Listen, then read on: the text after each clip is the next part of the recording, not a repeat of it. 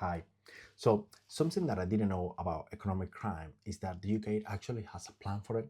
And I don't mean that plan like when you say that I'm going to organize my inbox on a Friday afternoon and then, yeah, nothing happened.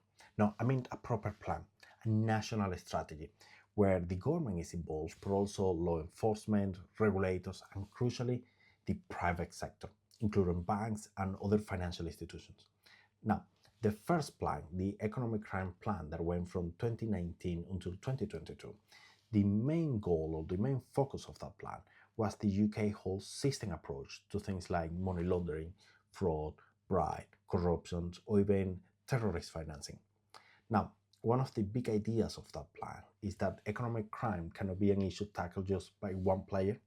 Because if you think about it, banks have an approach for it, but regulators can have their own view and the government can have their own ideas.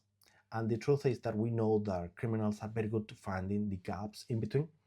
So the second plan, the Economic Crime Plan 2, that is going from 2023 until the end of 2026, well, that plan is focused on reducing money laundering, to recover more criminal assets, to reduce sanction evasions, to cut in fraud, and of course to keep pushing it this idea of working together between the private sector and the public sector.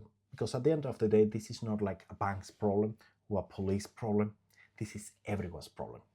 Now, how I like to see it is, well, like football, because you can have very expensive players on the pitch, and you can have the banks from one side, regulators in the other one, companies' house, and at the end, if everyone is running in different directions, the reality is that you don't have a team. What you have is very expensive chaos.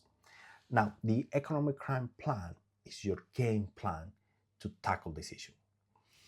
Of course, we are going towards the end of the economic crime plan too, and it's now time to think ahead of what could be the focus of the next plan.